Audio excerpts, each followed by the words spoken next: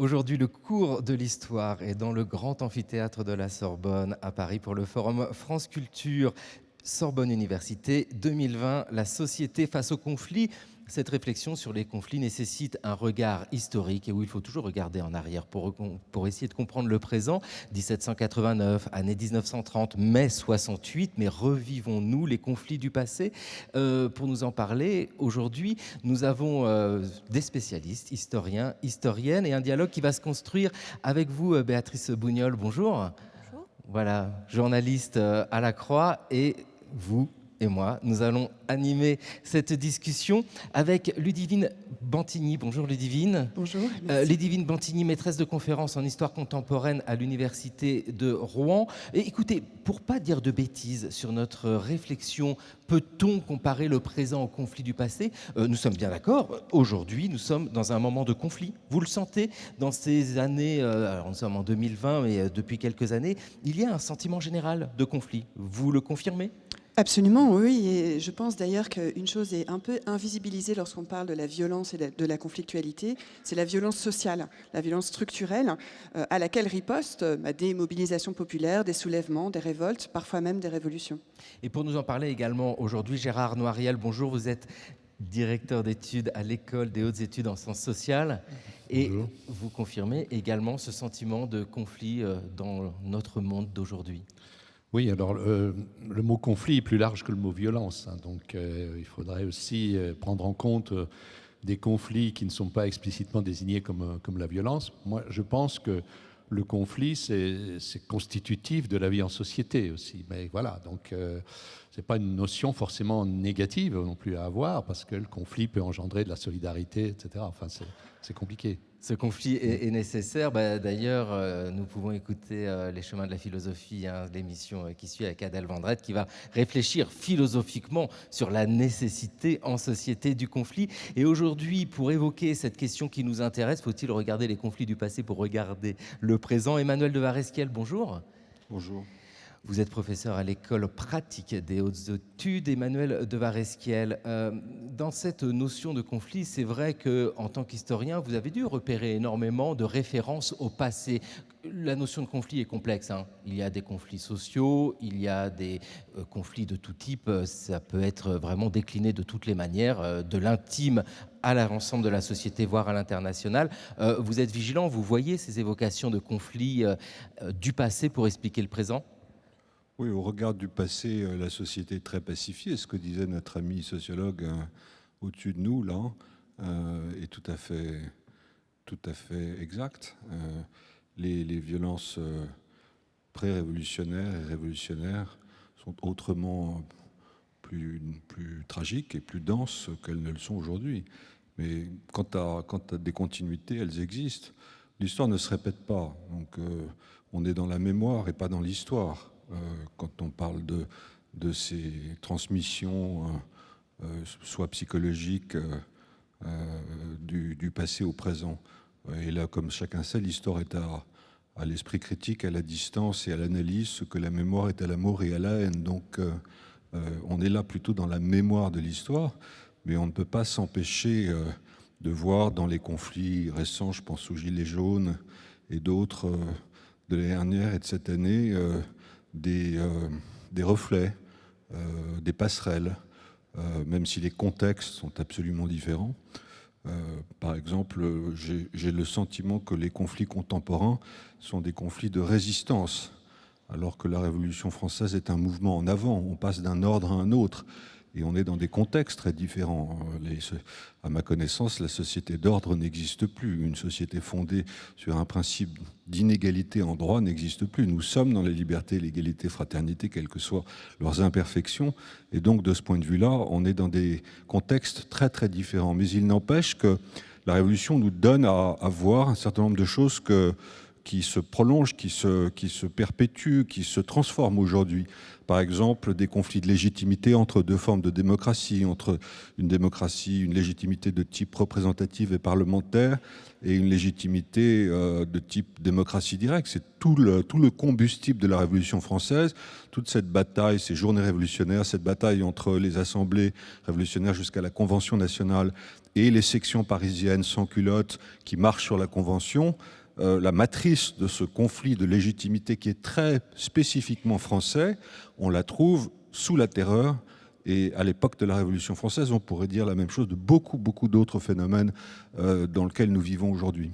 Et vous avez raison, Emmanuel de Varesquiel, de souligner l'importance du contexte. Enfin, historien, c'est la démarche première. Et en tout cas, il est nécessaire, en début d'une discussion autour des conflits d'aujourd'hui, c'est le thème du forum France Culture Sorbonne Université, et d'une réflexion sur la comparaison avec le passé, de remettre en place, de dire oui, il y a des conflits aujourd'hui, oui, il y a des échos avec le passé, il faut contextualiser. Et pour en parler avec nous également aujourd'hui, Bénédicte Chéron, bonjour. Bonjour.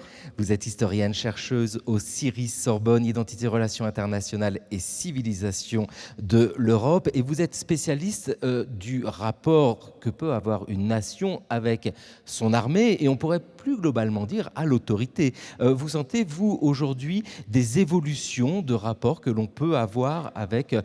Allez, je le dis pour utiliser un terme générique, mais la force publique.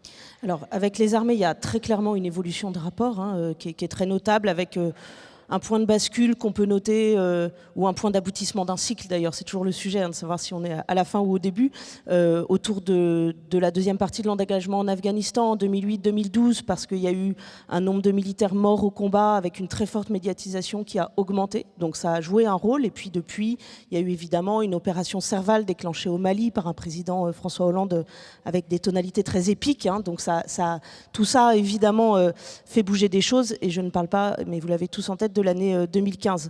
Dans le rapport à l'autorité, on sait qu'on est dans une période longue sur laquelle on a du mal, là encore, à poser des mots un peu simples sur la question, parce qu'on est à la fois, là encore, dans un très long cycle de ce qu'on appelle l'individualisation des valeurs, l'individualisation du rapport à l'autorité, aux autorités, et puis on est en même temps dans un moment, parce qu'il y a une instabilité perçue, réelle ou perçue, il faudra qu'on en parle, qui incite aussi les gens à tourner le regard vers ce qu'ils peuvent percevoir comme des sources d'autorité. Et dans le perçu, Bénédicte Chéron, vous avez raison, il y a le rapport à l'histoire et à la mémoire, et vous évoquez l'intervention en Afghanistan ou les attentats avec 2015.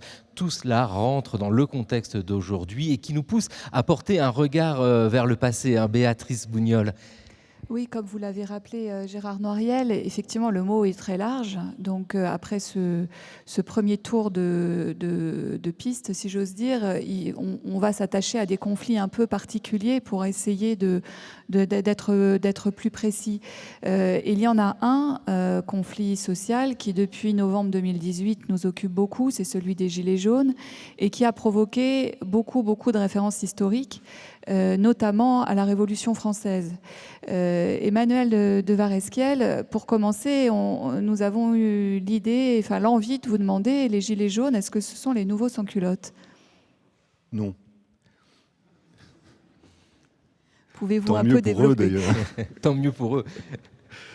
Non, mais les Gilets jaunes, et au-delà tout conflit socio-politique français contemporain, récupèrent un certain nombre de fantasmes qui sont des héritages de la Révolution française.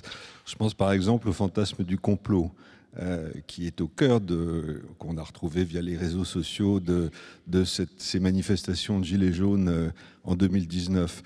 Le complot, le principe du complot s'installe dès les débuts de la Révolution française, en mai 1789, à l'époque de l'ouverture des États généraux, et ce complot va constituer le combustible même de la mécanique et de la dynamique révolutionnaire, jusqu'à la Terreur en 1793. Il y a une forme de continuité.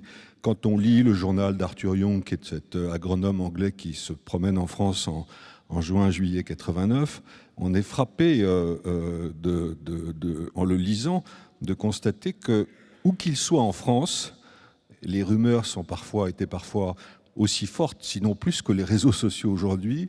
Il entend parler du complot aristocratique de Marie-Antoinette qui aurait posé des mines souterraines sous l'Assemblée nationale pour la faire sauter, qui voulait tirer à boulet rouge sur Paris depuis la colline de Montmartre, la butte Montmartre, et j'en passe et des meilleurs. Donc ce complot, il est déjà au cœur de la Révolution, on le retrouve aujourd'hui, et il est un élément d'explication assez facile à la désignation de l'ennemi, de l'autre. Il entre comme un coin de division sociale, alors même que la Révolution essaye d'instaurer le principe de l'indivisibilité de la nation. Donc, dans un certain sens, le complot va à l'encontre de cet idéal d'indivisibilité qui est proclamé par l'Assemblée nationale dès le 17 juin 1789, et on va le retrouver y compris au XIXe siècle. Regardez ce qu'écrit dans sa proclamation Napoléon au Golfe Juan le 1er mars 1815, au début des 100 jours, lorsqu'il rentre de l'île d'Elbe pour essayer de récupérer, et qu'il récupérera le pouvoir, qui se terminera assez lamentablement à Waterloo le 18 juin 1815, nous avons été trahis. Donc cette notion de complot et de trahison, elle est inhérente à l'histoire française et au processus révolutionnaire même. Elle traverse tout le 19e siècle. Il n'y a pas que le coup de poignard dans le dos des Allemands en 1919 qui vaille. C'est un phénomène qui est très profondément inscrit dans notre histoire contemporaine. Ludivine Bantigny, vous avez écrit un ouvrage aux éditions Anamosa qui s'appelle Révolution, et sur cette idée de complot qu'Emmanuel de Varesquiel évoque, qui est un aspect de la Révolution, et d'ailleurs d'une première révolution. Nous sommes dans l'année 1789, 90, et après il se développe, mais sous d'autres formes, parce qu'il y a toujours ce problème, vous l'avez évoqué, d'identifier l'ennemi. Après la mort de la reine, on l'accuse plus de mettre des bombes. Il y a une continuité, 89 et 93 est compris dans 89. Oui, il y a toujours cette idée de complot, et ce que je veux dire, c'est que l'ennemi n'est pas le même. Quand on accuse la reine de mettre des bombes, après 93, on ne l'accuse plus. Ludivine Bantigny, quelle lecture vous avez, vous, de cette comparaison poussée à l'extrême, un peu dans la provocation, mais il faut aller vers ça pour décrypter, gilet jaune sans culotte? Oui, je trouve que c'est intéressant qu'on commence par un conflit entre nous, parce que pour ma part, je suis vraiment en désaccord avec l'interprétation qui vient d'être proposée par Emmanuel de Varesquiel. Mais c'est important parce qu'au vu du sujet qui nous préoccupe, il faut aussi s'interroger sur la manière dont on prend position dans tout ça. C'est-à-dire qu'à partir du moment où on discute du conflit aujourd'hui, je crois qu'on ne peut pas se réfugier derrière un statut de supposée neutralité, comme un entomologiste observerait des insectes d'eau. Je veux dire, on est embarqué dans ce monde traversé de conflits. Ça, c'est la première chose que je voudrais souligner. Mais c'est vrai que ce qui me perturbe, c'est cette association immédiate entre gilets jaunes et complot. Enfin, moi, je ne sais pas, quand j'entends les gilets jaunes, quand je les vois manifester, quand je vais discuter avec elles et avec eux sur les ronds-points, dans les cabanes qu'ils et elles ont construites, etc., c'est pas du tout le complot qui arrive en premier lieu, même si la révolution, quant à elle, peut surgir très rapidement dans les discussions. Mais ce qui est premier, c'est la justice sociale, c'est la justice fiscale, c'est la question de la démocratie. Donc ce sont des thématiques qui, en effet, portent à réfléchir à l'histoire, puisque beaucoup de gilets jaunes ont inscrit au dos de leur gilet ces références historiques. 1789 est venu énormément, avec cette idée aussi que finalement, même si bien sûr on ne peut pas comparer les contextes et que la question de l'indivisibilité de la nation qu'Emmanuel de Varesquiel a rappelé est la matrice de nos sociétés contemporaines, le problème c'est que celles et ceux qui se soulèvent ne ressentent pas cette idée d'une indivisibilité de la nation à partir du moment où le contrat social d'une égalité n'est pas du tout rempli, à partir du moment où même un chef de l'État parle de ceux qui ne sont rien, par exemple, et qui donc contribuent à diviser finalement cette nation. Mais la nation est divisée parce qu'elle est divisée socialement, parce qu'on a aussi le sentiment politiquement d'être dépossédé en quelque sorte du geste démocratique. Je crois que c'est de ça qu'il faut partir pour comprendre que des références à la Révolution soient ainsi mobilisées lors des soulèvements sociaux tels que ceux qu'on a connus ces derniers mois et ces dernières années. Gérard Noiriel, sur cet échange entre Emmanuel de Varesquiel et Ludivine Bantigny, c'est vrai que la notion de complot que l'on retrouve effectivement sur les réseaux sociaux aujourd'hui, que l'on retrouvait sous la Révolution, et cette revendication de changement. Mais là, c'est vrai qu'Emmanuel de Varesquiel l'a bien dit, on ne change pas complètement de régime, on est dans un régime qu'on veut transformer.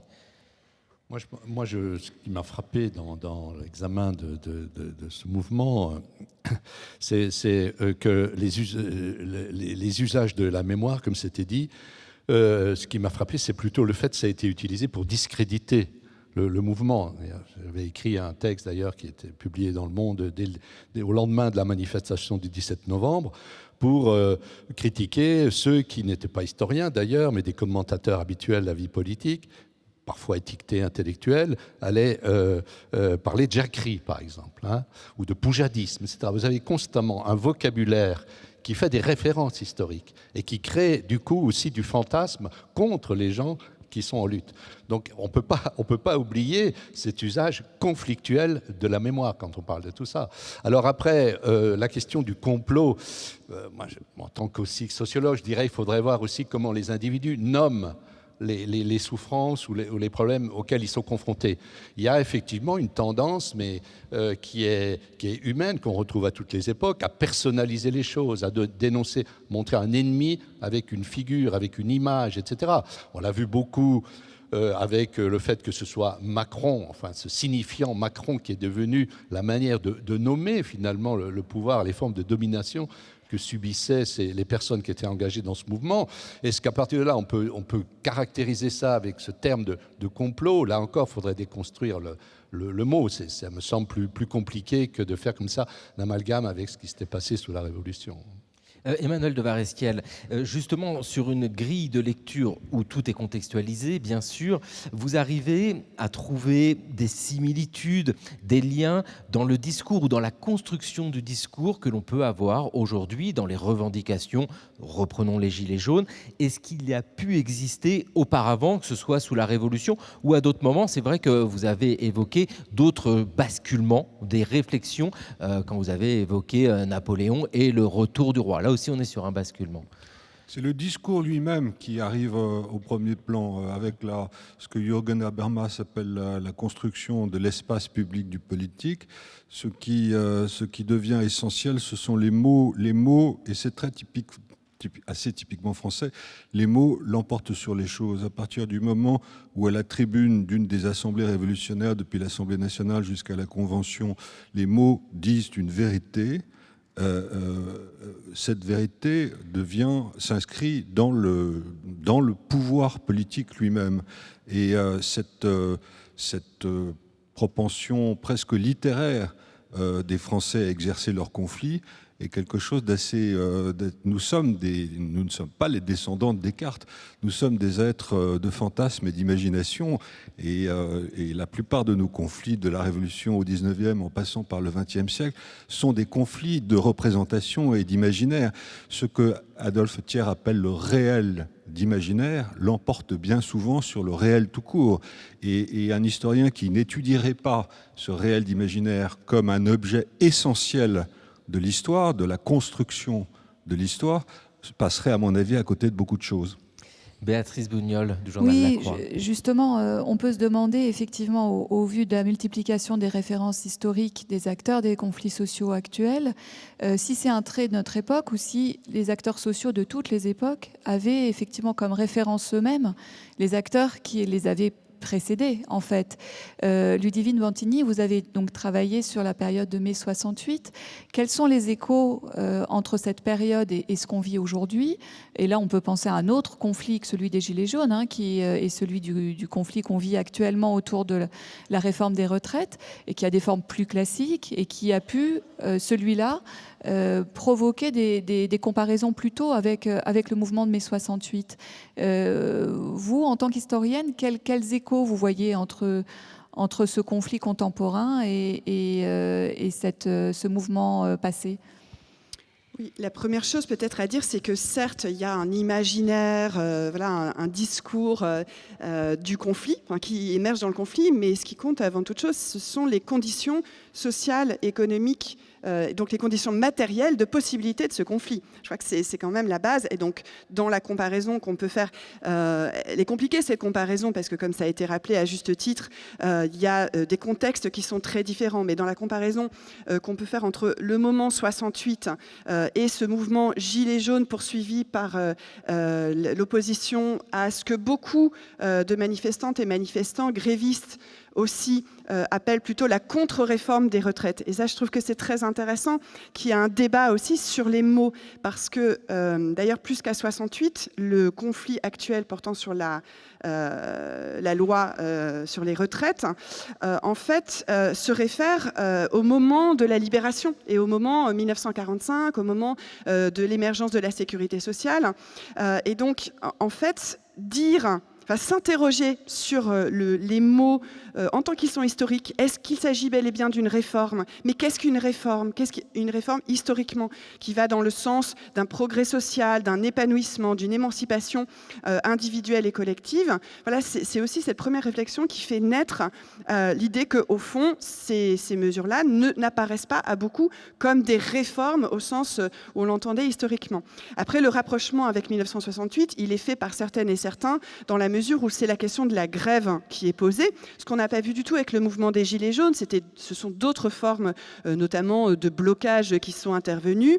Le mouvement des Gilets jaunes a eu, d'ailleurs il y a beaucoup de Gilets jaunes qui ont dit j'ai fait 68, je fais 2018, on l'a vu au tout début du mouvement des Gilets jaunes. Donc il y avait quand même cette référence.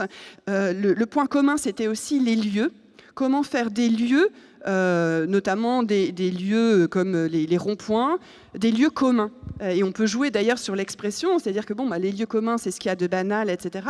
Mais il y a une densité qui leur est prêtée quand les gens décident, comme ça a été le cas en 1968, sur les places ou sur les lieux de travail, de les investir d'un sens collectif et d'un sens émancipateur. Donc les personnes qui, en 68, occupaient justement ici la Sorbonne, les lycées, les usines, les théâtres, les magasins, les ports, les gares, etc., se réapproprier ces lieux pour les métamorphoser. C'est ce qu'on a vu avec le mouvement des Gilets jaunes. Le mouvement de mobilisation contre la réforme des retraites, en fait, passe aussi par la question posée de la grève, c'est-à-dire quelles sont les armes dans le rapport de force qui est instauré au travers de ces mesures. Donc là, c'est là qu'on se rapproche un peu plus de 1968, puisque beaucoup ont évoqué la notion de généralisation de la grève, de blocage de l'économie, et le débat, évidemment, et la pratique n'en est pas terminée. On va le voir dans les semaines qui viennent, je pense. Ludivine Bantigny, oui, vous le rappelez, nous sommes dans le grand amphithéâtre de la Sorbonne. Le cours de l'histoire aujourd'hui participe au forum France Culture Sorbonne Université 2020. La société face au conflit, nous nous interrogeons, mais revivons, nous, les conflits du passé, avec cette réflexion qui tient à la représentation de nos propres conflits du moment, des conflits du passé, et toute une réflexion autour du vocabulaire. Vous l'avez évoqué. Qu'est-ce que sont vraiment ces conflits? Emmanuel de Varesquiel, vous vouliez réagir à ce que disait Ludivine Bantigny? Oui, elle parlait à très juste titre de cette importance en France à la fois dans les luttes et dans la symbolique de l'occupation de l'espace public. C'est une vieille tradition de démocratie directe à la française. Depuis les barricades de 1830, 1848 et celle de la Commune en 1871, jusqu'aux grandes grèves et aux grandes manifestations du XXe siècle, en passant par les grèves des centres miniers à la fin du 19e. Il y a un tableau, moi, qui me frappe et qui résume assez bien ce phénomène très français. C'est un tableau d'André de Vambès qui se trouve au musée d'Orsay, qui s'appelle La Manifestation, où on voit, c'est un tableau qui a été peint à la Belle Époque dans les années 1905-1910, où on voit face à face un cordon de policiers, c'était pas encore des CRS, et un cordon de manifestants, et au centre on a le seul espace éclairé du tableau, cet espace vide qui est l'espace public à conquérir. Et ça, c'est quelque chose du point de vue de la démocratie directe à la française, c'est quelque chose du point de vue des continuités historiques, puisque nous sommes là pour parler de ces continuités, de ces passerelles, c'est quelque chose qui me frappe. Bénédicte Chéron, en écho à ce qui vient d'être dit autour de la notion de manifestation, il y a malgré tout des ruptures, et c'est vrai que pendant très longtemps, pour répondre au mouvement populaire, le pouvoir envoyait la troupe. on envoyait l'armée. Et c'est vrai que dès les années 1920, avec les compagnies mobiles, et puis 1944 avec les CRS, les choses ont changé. Vous, le regard que vous portez sur cette évolution, parce que là, il y a un changement, on n'envoie plus la troupe, enfin... Non, et de fait, c'est un changement qui est assez notable aussi dans le rapport des mouvements sociaux ou des contestataires des autorités avec l'État. C'est que jusqu'effectivement à l'entre-deux-guerres, il y a une confusion, enfin il y a en tout cas une similarité totale entre l'État et son bras régalien le plus fort, hein, qui est celui de la force armée et que constituent les armées. Et on est maintenant dans une situation effectivement différente qui explique aussi ce rapport différent aux armées et un rapport très différencié à la fois dans les représentations collectives, mais les représentations collectives ne viennent jamais de rien, c'est dans les réalités vécues entre les forces de sécurité intérieures et les forces de sécurité extérieures. Et ça joue là aussi dans notre rapport collectif à la conflictualité armée extérieure, parce que de fait aujourd'hui, alors sauf exception, il faudra qu'on y revienne, mais les militants, les révolutionnaires, les contestataires ne se trouvent pas face à des militaires, ils se trouvent face à des forces de sécurité intérieures. Et ça a aussi clarifié un certain nombre de choses, c'est-à-dire qu'on a des armées qui ne se trouvent plus maintenant que face à des ennemis désignés à l'extérieur de la nation par l'autorité politique auquel elles sont censées obéir, tandis que les Français se retrouvent eux face à des forces de sécurité intérieures chargées du maintien de l'ordre. Ça explique dans nos représentations un rapport différencié, je parle bien collectivement, pas à titre individuel, entre la chose militaire et la chose policière, par exemple. Oui, avec toute une redéfinition à faire. Béatrice Bugnol. Oui, mais justement, Bénédicte Chéron, est-ce que vous avez été plusieurs à souligner, bien sûr, le fait que les contextes pouvaient être très différents quand on fait ce genre de comparaison entre présent et passé. Est-ce que le contexte actuel, avec la montée de tensions internationales, avec la lutte contre le terrorisme, est-ce que c'est ce contexte-là qui fait aussi que ces références au passé et à des périodes qui étaient particulièrement guerrières s'imposent dans le débat public ? Alors, je trouve ça très difficile de tisser des liens, en tout cas des liens un peu systémiques entre ce qui se passe à l'extérieur et ce qui se passe à l'intérieur, parce que ce lien, il dépend évidemment de la manière dont le politique lui-même établit une distinction entre ce qui se passe à l'extérieur, ce qui se passe à l'intérieur, et puis il dépend d'un certain nombre de données qui nous échappent très fortement, qui sont liées à des systèmes de représentation médiatique. On est évidemment dans des moments, et ça joue aussi dans le rapport à l'autorité, où on a des voies d'accès à l'information sur ce qui se passe sur la scène internationale qui sont très largement éclatées. On voit bien qu'on n'est plus dans une verticalité d'une information descendante de la part d'un certain nombre de grands médias d'information reconnus comme tels, même si ça ne les empêche pas de demeurer des grands médias d'information, et que chacun se construit aussi un rapport à l'information qui est très individuel. Donc c'est difficile de tisser des liens systémiques. En revanche, là où il peut y avoir des liens, c'est qu'on sait bien, hein, et les collègues qui travaillent en relations internationales le savent, c'est que le rapport, la manière dont une entité politique se projette sur la scène internationale dépend aussi de ses équilibres sociaux et politiques intérieurs, et les équilibres sociaux et politiques intérieurs d'une entité politique ne sont pas absolument étrangers à la scène internationale. Donc là, il y a évidemment des choses qui se jouent.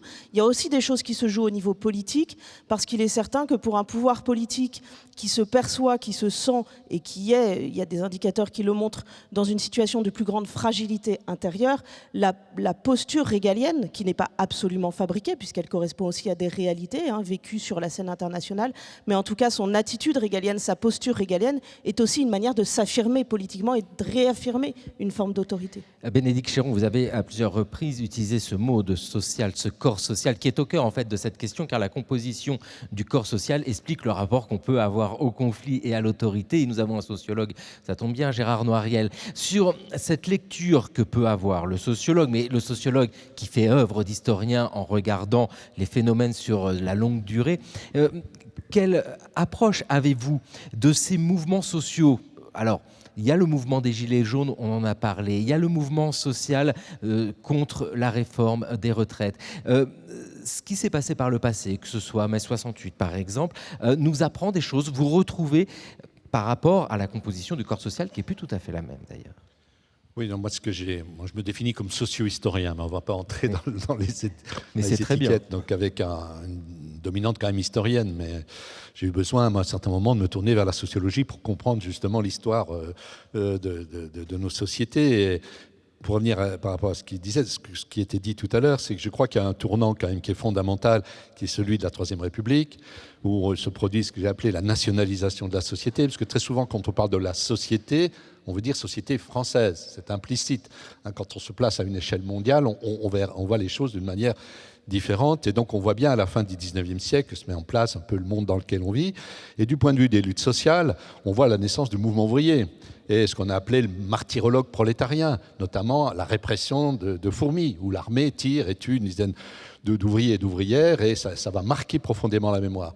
Et ça provoque ensuite, par étapes, une pacification dans le rapport à la violence policière, et une sorte de codification même des manifestations. Le mouvement ouvrier, à l'époque de Jaurès, négocie en gros pour que négocier avec la police le trajet, etc. Enfin, la manifestation ne devient plus un acte où on espère que ça va révolutionner la société, comme ça avait pu être le cas en 48 ou même sous la Commune. Ça devient un moyen d'expression, voilà, d'une revendication. Donc, il faut donner une bonne image de la classe ouvrière. Bon, on a toute cette logique-là qui, je crois, a été remise en cause par les Gilets jaunes dans des nouvelles formes d'intervention publique et qui, du coup, ont créé un désarroi, y compris dans la répression par le fait, et peut-être une recrudescence des formes, c'est quand même un point qui a été beaucoup souligné, des formes de violence, de répression nouvelles, mais qui ont fait quand même énormément de dégâts. Je veux dire, la France a été quand même montrée du doigt par les instances humanitaires internationales. Donc on voit bien que l'histoire, on peut dégager des processus comme ça, mais ce n'est pas linéaire. Il peut y avoir des retours en arrière, il y a des reconfigurations. Moi, je pense qu'on est entré dans un nouvel âge de l'espace public, de ce qu'on appelle l'espace public, qui est lié peut-être à la marginalisation de ce qu'on avait pu appeler la démocratie de parti au profit de la démocratie du public. Donc voilà, on est dans ce contexte nouveau et finalement c'est aussi la participation des acteurs que nous sommes, des citoyens, à ce qui se passe aujourd'hui qui va déterminer ce que sera notre avenir. C'est décisif. Et c'est essentiel. Béatrice Bougnol. Oui, vous parlez d'âge nouveau, Gérard Noiriel à l'instant.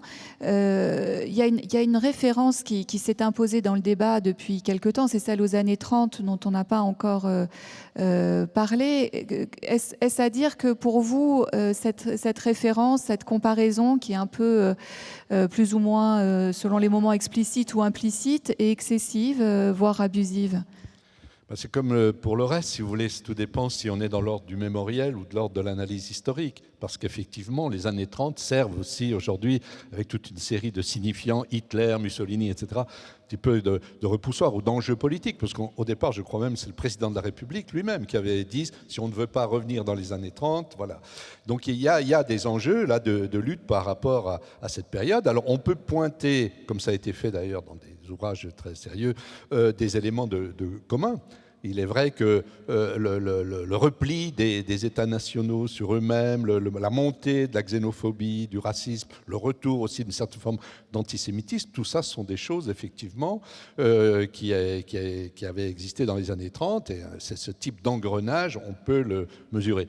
Mais par ailleurs, la société a changé considérablement. On est dans un contexte, ça a été tout à fait justement souligné dans le reportage que vous avez montré, beaucoup plus pacifique, dont beaucoup de choses qui se jouaient dans la rue, dans des affrontements physiques dans les années 30, aujourd'hui se passent sur les réseaux sociaux. Enfin, je veux dire, voilà, il y a une sorte quand même de transmission au niveau du langage d'un certain nombre de conflits qui auparavant se jouaient dans la rue, mais ça n'empêche pas effectivement qu'on peut redouter des formes d'évolution qui rappellent ce qui s'est produit dans les années 30 avec ces formes d'engrenage, d'utiliser des minorités comme bouc émissaire, de fermeture des frontières, d'enfants, on l'a vu, tout le monde a en tête ces images de bateaux qui sombrent dans la Méditerranée parce qu'aucun pays ne veut les accueillir. Tout ça, c'est vraiment ce qui s'était déjà produit dans les années 30. Hein. Et puis Gérard Noiriel, vous faites une réflexion autour du discours, votre ouvrage « Le venin dans la plume », Édouard Drummond, Éric Zemmour et la part sombre de la République. Il y a cette réflexion qu'on évoquait déjà sur le vocabulaire, le mot. Emmanuel de Varesquiel, sur cette passerelle que l'on entend régulièrement, qui est faite par les autorités, monsieur le Président de la République, mais dans les médias aussi, sur les années 1930 et puis aujourd'hui. J'ai envie de revenir sur le fond de ce débat, de cet exercice difficile auquel nous nous adonnons ce matin, ces rapports passé-présent. L'historien, à mon sens, doit manier ces passerelles-là avec énormément de prudence. On peut parfois trouver des éclairages, mais doit aussi constater que dans la lutte, lorsque l'on est dans une lutte, dans un conflit, on utilise le passé, non pas évidemment en historien, mais comme des éléments de légitimité des luttes qui sont en cours. Et ça, c'est un phénomène qu'on retrouve dans tout le 19e siècle. Regardez l'historicisme du 19e siècle, ce que font les historiens de la bourgeoisie après la Révolution française, les Augustin Thierry, les Guizot et autres, qui se servent du mouvement communal du XIIIe siècle pour justifier la montée en puissance de la bourgeoisie et sa prise de pouvoir sous la Révolution française. Donc, il faut éviter, dans ces rapports passé-présent, de se servir du passé pour lécher les bottes du présent, ce qu'on a plutôt tendance à faire, et ce qui est évidemment le contraire d'une démarche historienne. Emmanuel de Varesquiel, vous êtes l'auteur de Penser la Restauration, donc, qui vient de paraître, et donc on va trouver à chaque changement ou à chaque chaos social une volonté de discuter du présent en s'appuyant sur le passé. Oui, Béatrice Bougnol. Oui, Ludivine Bantigny, je crois que vous avez écrit plusieurs fois sur ces rapports entre présent et passé et comment l'historien, justement en tant qu'historien, peut faire des ponts entre la période passée qu'il étudie et la période présente dans laquelle il vit et dans laquelle il agit. Il me semble que vous utilisez une métaphore qui est celle du montage pour décrire comment le passé peut rentrer en relation avec le présent dans une œuvre d'historien. Oui, et si Emmanuel de Varesquiel a absolument raison de souligner la prudence nécessaire en la matière, je pense que ce qui est très intéressant, c'est de voir comment les références au passé sont mobilisées dans le présent par les protagonistes de cette histoire. J'emprunte le mot protagonisme à l'historien de la Révolution française Haïm Burstein, qui montre comment des individus ordinaires, vous et moi, tout un chacun, tout à coup se sent actrices et acteurs d'une histoire en train de se faire, mobilisant une conscience historique et dès lors aussi des références. Donc dès lors, le passé en tant qu'il peut être vivant, en tant que ce passé peut être présent véritablement. Bon, ça renvoie évidemment à ce qu'avait dit par exemple un philosophe comme Walter Benjamin qui parlait de collision, d'entrechoc entre le passé et le présent. Il insistait beaucoup sur la nécessité de ne pas embaumer, de ne pas enterrer le passé, mais de faire de ce passé une force vivante, en fait, une forme de dynamique, parfois subversive.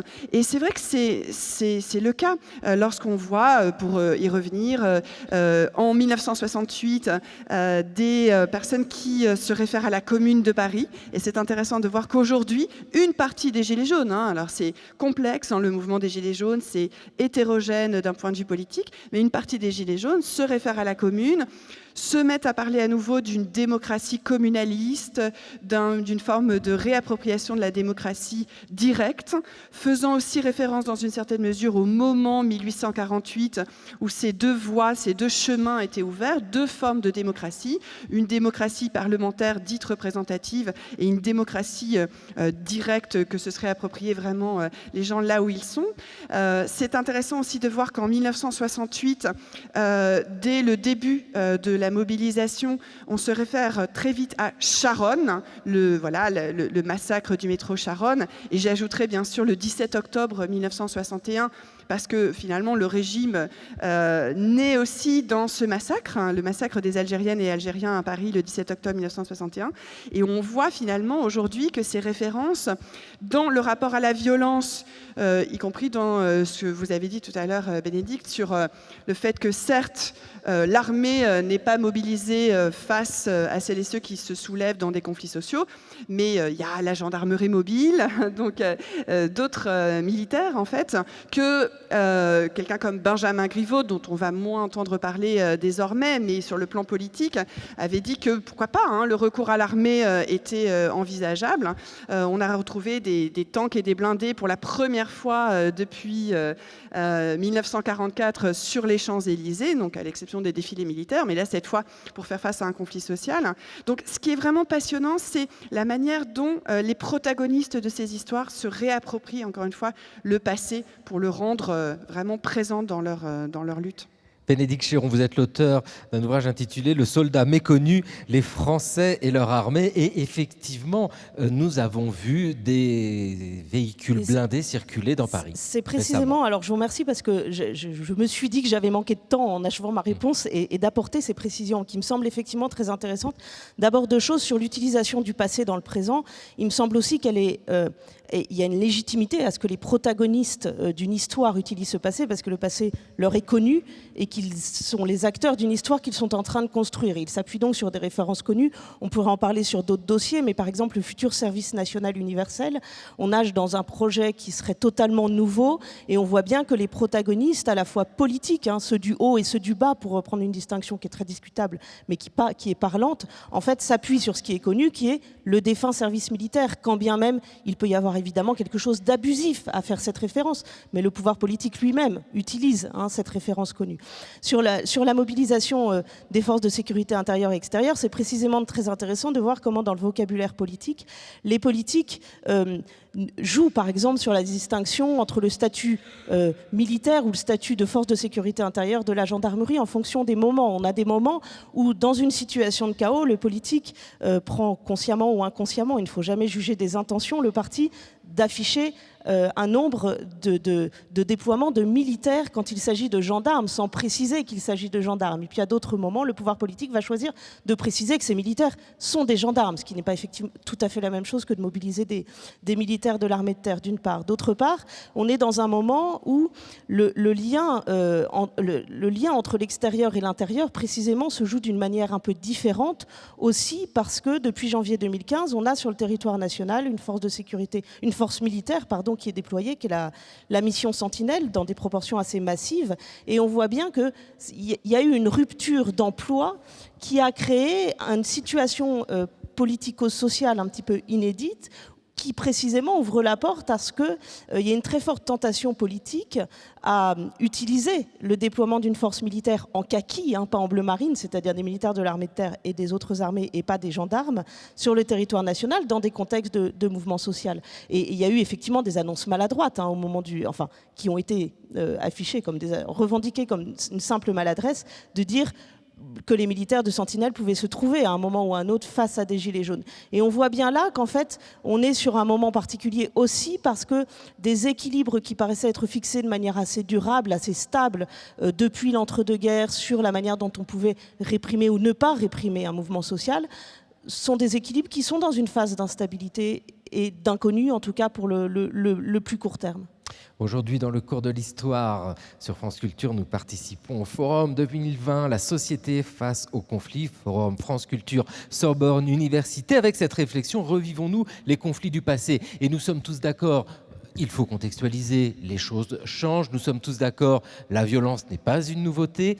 En revanche, il y a quelque chose qui est toujours intéressant dans le regard que nous portons sur le passé, c'est de regarder, c'est souvent par les textes que nous voyons les choses, combien certains textes du passé font écho à notre présent.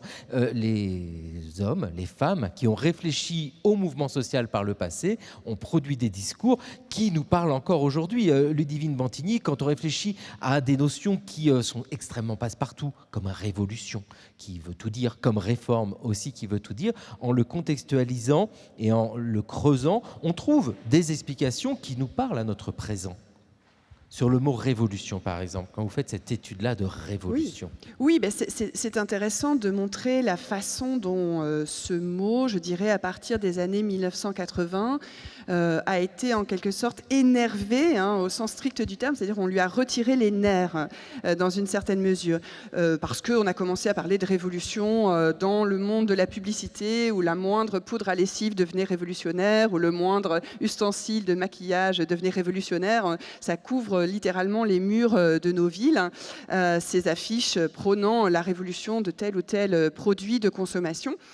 Et puis il y a une autre manière de déminer le mot révolution dans le langage politique en particulier. Quand on voit par exemple que le livre de campagne d'Emmanuel Macron s'est intitulé Révolution pour désigner un projet politique qui, on peut le dire sans trop de scrupules, ne l'était pas véritablement révolutionnaire, c'est aussi une manière de se départir de la charge subversive, évidemment, de ce mot. Et toute proportion gardée, puisqu'il s'agit de faire des liens entre passé et présent, moi, cette période qui s'ouvre dans les années 1980, avec cette grande inquiétude face à l'espérance d'un autre monde possible qui avait émané de 68 et des années qui l'ont suivi, me fait penser au premier 19e siècle, où l'empereur Napoléon disait vraiment « la révolution est terminée », où Guizot disait aussi « la révolution est finie », etc. Donc, il fallait insister, comme l'avait fait par exemple un François Furet au moment du bicentenaire de la Révolution française en 1989, tout au long des années 80, il avait dit que voilà, la Révolution française était bel et bien terminée, une manière de rabattre en quelque sorte le couvercle non seulement sur une période historique, mais aussi sur la possibilité même d'un changement révolutionnaire. Cette révolution française qui ne finit jamais, en fait, chacun veut la terminer. Emmanuel de Baresquiel. Oui, il faut revenir à l'étymologie du mot. Révolution, c'est un tour complet. Et il n'y a, à mon sens, de révolution que lorsqu'il existe une articulation entre le social et politique. Et le politique, c'est tout le phénomène révolutionnaire de 89-93. Une révolution sociale égalitaire, un conflit entre des ordres, entre le tiers-État d'un côté et les ordres dits privilégiés, la noblesse et le clergé de l'autre, et une révolution politique, un renversement de souveraineté et de légitimité de la tête du roi à la tête de la nation.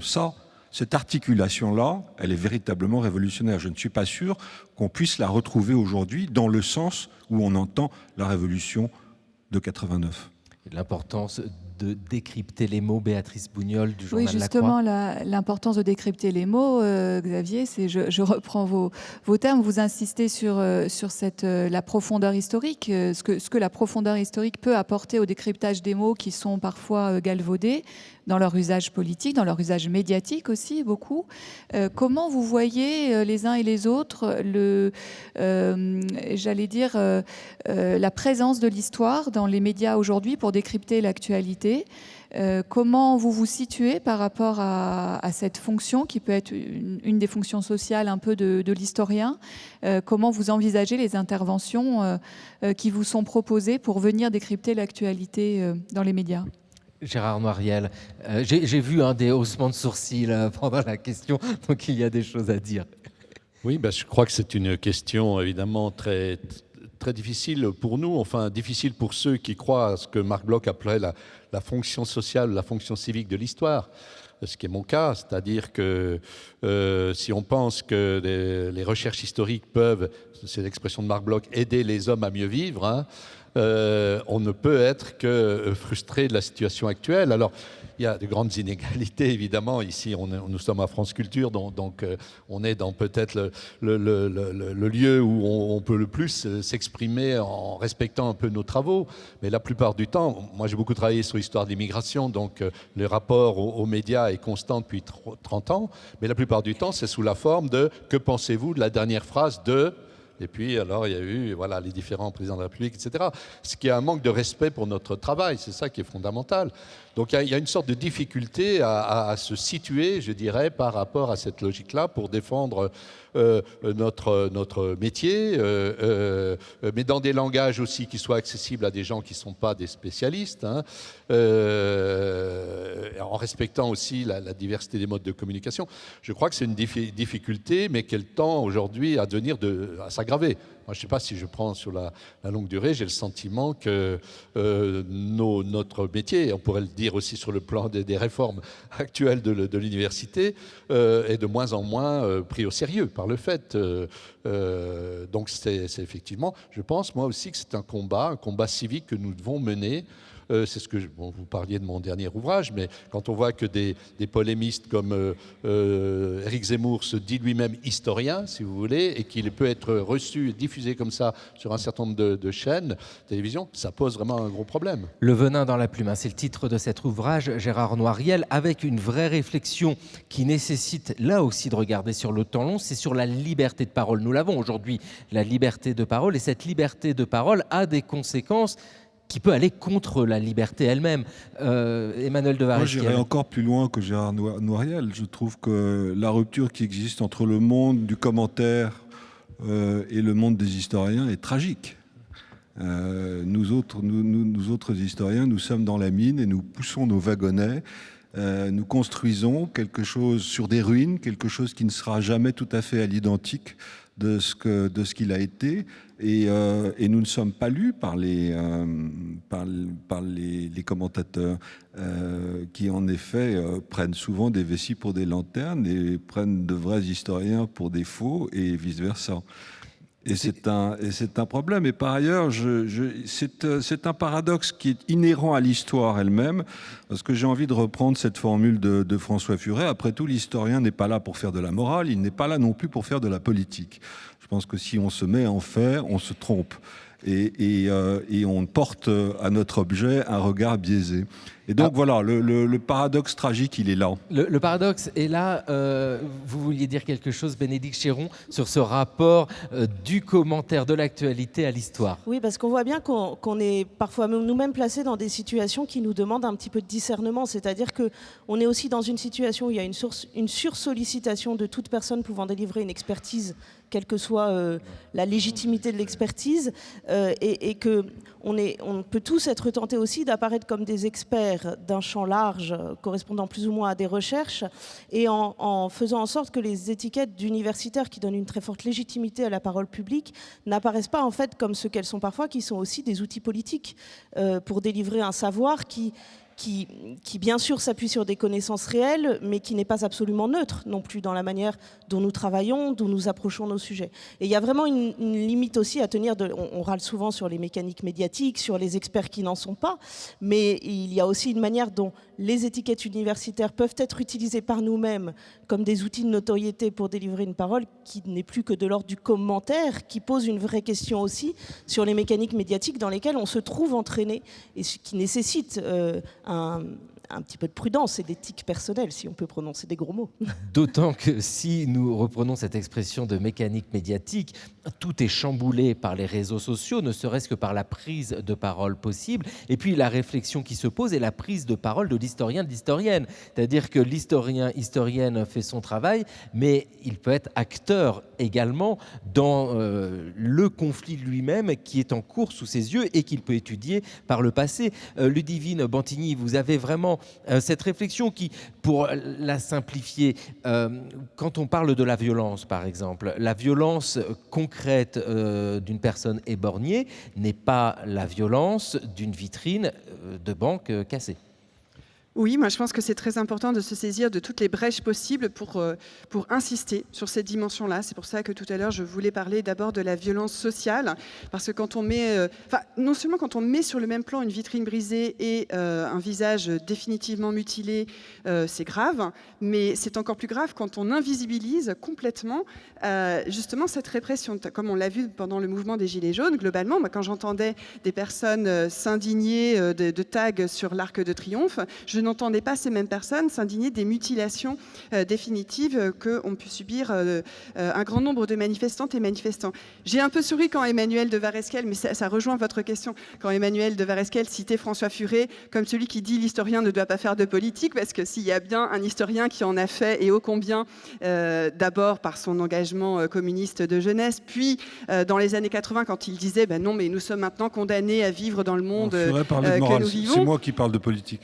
Oui, non, mais donc François Furet a été justement de ceux qui ont décidé de prendre position dans l'espace public, et c'est tant mieux, même si je ne partage pas ce qu'il disait alors dans les années 80, mais je crois, en lien avec la question que vous souleviez, que la neutralité comme le dit l'historien Howard Zinn, l'historien qui a travaillé beaucoup, comme Gérard Noiriel pour la France, sur l'histoire populaire des États-Unis. Il disait, mais moi je suis soulagé de mesurer que l'historien ne peut pas être neutre. La neutralité n'existe pas parce que nous sommes embarqués, nous sommes emportés dans ce tourbillon de l'histoire. Et donc autant on peut très bien faire son métier avec méthode, avec nos savoir-faire, autant ça me paraît difficile de prétendre se tenir à l'écart de ce qui se passe aujourd'hui. Et je crois que, bon, en particulier quand on travaille sur l'histoire des mouvements sociaux, des engagements, c'est difficile d'avoir une position, voire une posture de condescendance et de hauteur à leur égard. Alors, on va commencer. Emmanuel de Varesquiel, je vous laisse faire une réponse à Ludivine. Il ne faut quand même pas oublier que la matière de l'historien sont des sources, et que si l'historien ne se comporte pas avec honnêteté et avec humilité vis-à-vis de ses sources, il se renie lui-même. Et Gérard Noiriel. Il y a quelques applaudissements, mais c'est vrai que mais c'est nécessaire de le faire. Mais le rappel du travail de l'historien. Mais là-dessus, on est tous d'accord. Hein, le respect, ce que vous disiez. Il est bien certain que le fait même des sujets qu'on va choisir dans nos recherches est lié aussi à notre propre histoire, à nos propres centres d'intérêt. Donc, prétendre à l'objectivité avec un gros O, c'est un leurre. Ça a été démontré 10 000 fois.